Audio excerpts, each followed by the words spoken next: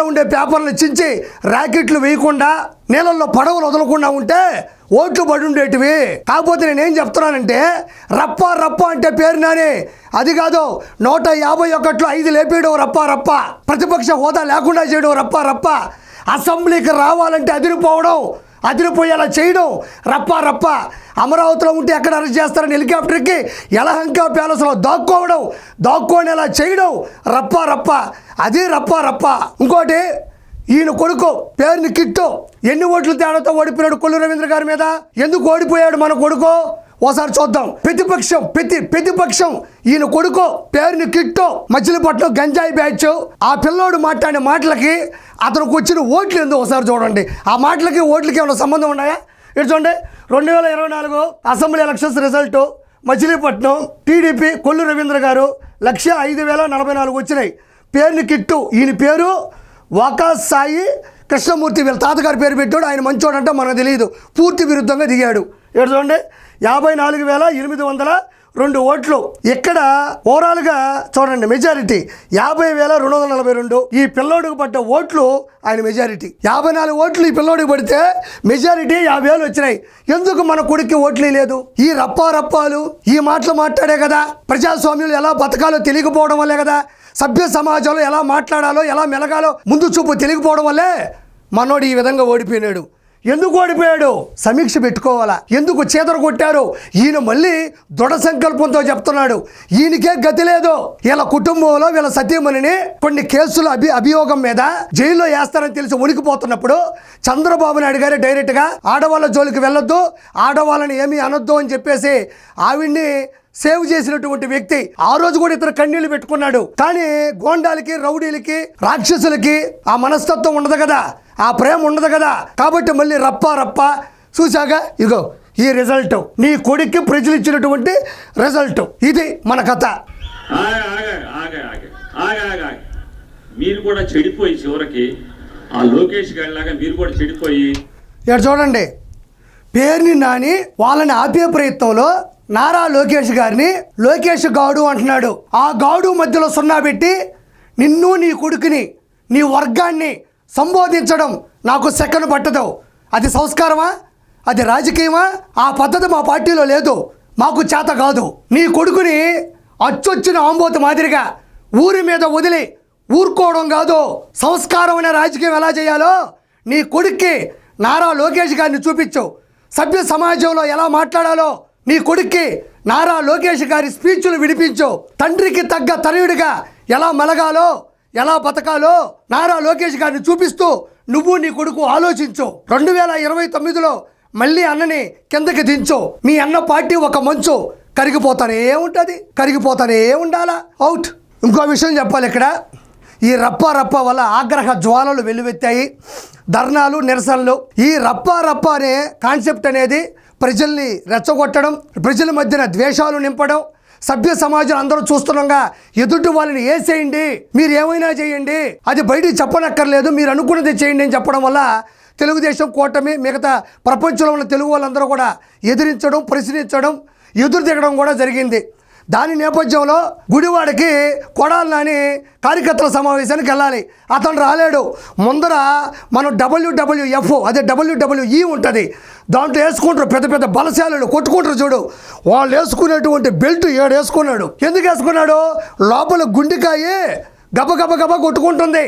వల్లభనేని వంశీ లోపలికి వెళ్ళాడు. మనం కూడా ఏమైనా తక్కువ తిన్నావా? ఫుల్ మీల్స్ తిన్నాం కదా, ఏ రోజైనా లోపల వేసేస్తారనే భయంతో పైన ఇంత పెద్ద బెల్ట్ వేశాడు. ఎందుకంటే నా ఆరోగ్య పరిస్థితి బాగోలేదు, నన్ను లోపల పంపించారంటే నాకు ఏదైనా అవుతుంది, దయచేసి మీ కాళ్ళు పట్టుకుంటాను, దీన్ని చూసైనా నన్ను క్షమించని చెప్పడం కోసం WWFలో ఓళ్ళు పెట్టుకునే అంత పెద్దది పెట్టాడు ఈడ. కాబట్టి అతను రాలేడు కాబట్టి ఇతను వెళ్ళాలి. ఈ నాని పోతే ఒప్పుకుంటారా? ప్రజలు కోపం ఉంది కదా, ప్రజాక్షేత్రంలో మాటలు మాట్లాడకూడదు కదా. కాబట్టి వాళ్ళ ప్లేసులో గౌడ మహిళ బీసీ మహిళ ఉప్పాల హారిక గారిని వాళ్ళ హస్బెండ్ రాముని కూడా పంపించడం జరిగింది. ఎందుకు పంపించాడు అక్కడికి? వీళ్ళు ఆగ్రహ జ్వాలలతో ఉన్నారు. అతను వస్తాడు కదని వెయిట్ చేస్తున్నారు. కారు వచ్చి రాగానే అరవచ్చు, ముందుకు రావచ్చు. ఒక్కసారిగా డోర్ తీస్తే మహిళ ఉంది. మహిళను చూసి టీడీపీ కూటమి సభ్యులు ఈ విధంగా మాట్లాడుతుని చిత్రీకరించడం కూడా ఆవిడని పంపించడం జరిగింది. అక్కడికి వెళ్ళగానే వాళ్ళ హస్బెండ్ రాము కూడా లకారంతో ఒక అతిపెద్ద బూతు మాట్లాడడం జరిగింది. వాళ్ళ కోపం రాదు అలా మాట్లాడితే వెనక కారు అద్దం మీద ఒక రాయి వేసి పగలగొట్టడం జరిగింది తప్ప తల మీదే లేదు, వాళ్ళ ఒంటి మీద కూడా వేయలేదు. ఇది జరిగింది. దీనికి మళ్ళీ పేరు నాని చేసేటువంటి వైభోగం ఏంటో ఒకసారి చూడండి. స్టేట్ వైడ్ ఇష్యూ కింద బీసీ లేడీ మీద అటాక్ చేశారు. తెలుగుదేశం ఎమ్మెల్యే గోండాలో ఎమ్మెల్యే డైరెక్షన్ పై నుంచి లోకేష్ డైరెక్షన్ కొంచెం గట్టిగా స్టేట్ వైడ్గా అందరితో మాట్లాడించి కొంచెం చేస్తూ బాగుంటుంది. బీసీ లేడీ గౌడ గ్యాస్ అందరితో లౌడ్గా ఇక్కడ పేరు నాని సజ్జల రామకృష్ణారెడ్డితో మాట్లాడుతున్నాడు. ఆ సలహాదారుడు వైఎస్ఆర్సీపీని సర్వనాశనం చేసిన సలహాదారుడితో కింద తొత్తు మాట్లాడుతూ ఉన్నాడు. ఏమని మాట్లాడుతున్నాడంటే ఇక్కడ ఇంకోటి గమనించాలా, ప్రపంచంలో ఉండేటటువంటి సమస్యలన్నింటినీ కూడా తీర్చగలిగిన వ్యక్తి, తీర్చిదిద్దగలిగిన వ్యక్తి, సర్ది పెట్టగలిగిన వ్యక్తి, సర్దుకోగలిగిన వ్యక్తి, పార్టీతో సహా ఇతను తలకాయ ఇలా పట్టుకొని సజ్జల రామకృష్ణారెడ్డితో మాట్లాడుతున్నాడు. ఇక్కడ బీసీ మహిళ, ఆవిడ గౌడ, ఆవిడ మీద ఏమో చేసేశారు, పైన పడిపోయారు, చంపేపోయారు అని క్రియేట్ చేసి అందులో వీడియోలు కూడా ఉన్నాయి కాబట్టి వీటికి సింక్ చేసి మీరు కానీ జగన్మోహన్ రెడ్డికి కానీ చెప్పగలిగితే దీన్ని నారా లోకేష్ లోకల్గా ఉండే ఎమ్మెల్యేలు అందరూ కూడా చేసేశారని చేస్తే మనకేమన్నా ఉపయోగం ఉంటుందా? అది నేను చెప్తే అవ్వదు. మీరు ఆయనకి చెబితే, ఆయన ప్రజలకు చెబితే, కార్యకర్తలు ఎగబడితే మనకు కొంచెం ప్లస్ అయ్యే అవకాశం ఉంది. రెండోది, నేను అత్యద్భుతమైనటువంటి ఒక లొసుగుని పట్టేశాను, ఒక అద్భుతమైన ఆలోచనని మీకు ఇస్తున్నాను కాబట్టి ఇమ్మీడియట్లీ దీన్ని చేయండి అన్నాడు. మరి ఆయన పక్కనుండే వ్యక్తికి శాలరీ ఇవ్వలేదో, మరి అతనికి కడుపు నిండా అన్నం పెట్టట్లేదో, మరి అతన్ని తాగేసి బూతులు తిట్టాడో ఏమో కానీ ఆడేవుడికి కడుపు మండి ఎదురుగ్గా వీడియో తీసి ఆయన పెట్టడం జరిగింది. కాకపోతే ఇంకోటి ఆలోచించాలా. ఇక్కడ చూడయ్యా, ఈ ఫోన్ చూడండి, బ్రిటిష్ కాలం నాటి ఫోన్ ఇది. తుర్ర తుర్ర తుర్ర అని ఎత్తారు, ఆ ఫోన్ పెట్టుకున్నాడు. ఆ రోజుల్లోనే ఇతని బ్రెయిన్ ఆగిపోయింది. ఇది ఎప్పుడు ఫోను, అతని బ్రెయిన్ కూడా అప్పుడుదే. బ్రిటిష్ వాళ్ళు ఏం చేశారు? మనల్ని నాశనం చేశారు, మనల్ని ఎక్కేశారు, మనల్ని తొక్కేశారు, మన భూభాగాన్ని ఆక్రమించేశారు, మమ్మల్ని ముంచేశారు అని ఏదైతే ఉందో వాళ్ళ పద్ధతి ఏదైతే చేశారో అదే పద్ధతే కదా వీళ్ళు కానీ ఇలా పద్ధతి కూడా చేస్తుంది. ఉప్పాల హారిక గారు ఒక బీసీ మహిళ, ఒక గౌడు మహిళ, అపశుభం తెలియని ఒక అమాయకురాగల్ని రెచ్చగొట్టి అక్కడికి పంపించి అక్కడ ఏదో జరిగితే ఇంకోది క్రియేట్ చేసి ఈరోజు కులాల్ని, మతాల్ని, వర్గాల్ని, సామాన్యమైన ప్రజల్ని రెచ్చగొట్టి రచ్చగీడ్చి ఈ అవసరమా? తెనాల్లో జరిగింది ఏంది, గుంటూరులో జరిగింది ఏంది, పొదిల్లో జరిగింది ఏంది, మొన్న సత్తినపాలెంలో జరిగింది ఏంది, బంగారుపాలెంలో దండుపాలెం చేసింది ఏంది, మళ్ళీ ఇంకొక దానికి కూడా ఈ యొక్క క్రీడను మొదలు పెడతా ఉన్నాడు ఈ వ్యక్తి. ఇలాంటి వాళ్ళని మనం ఏం చేయాలి? డైరెక్ట్గా దొరికిపోయాడు. ఇప్పుడు చీకట్లో రప్ప రప్ప అన్నాడు. నాకు తెలిసి ఇదిగో ఇదే చీకట్లో రప్ప రప్ప అంటే ఒక బీసీ గౌడ మహిళని ఈ విధంగా రెచ్చగొట్టి అక్కడ పంపించి వాళ్ళని నాశనం చేయడం కదా, ప్రజల దృష్టిలో వాళ్ళ మీద వ్యతిరేకం పెంచడం కదా. నీ కొడుకు ఎట్టున్నాడో మిగతా వాళ్ళు కూడా అలానే తయారు చేయాలనుకుంటున్నావా? అసలు పెంపకం అంటే ఇదా?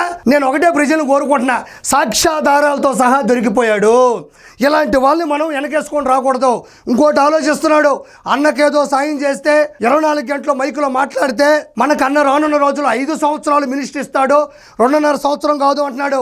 నేను ఒకే ఒక మాట చెప్తున్నా, సముద్రంలో ఉండే ఇసుకతో ఇల్లు కట్టలేం, సముద్రంలో ఉండే నీళ్ళను తాగలేం. జగన్మోహన్ రెడ్డి పార్టీ కూడా అంతే, చూడ్డానికి అట్టుంటదంటే అది ఎప్పుడు గెలవదు, జనాలు గెలవనివ్వరు, అతను ఎప్పటికీ అసెంబ్లీకి రాడు. Thank you so much.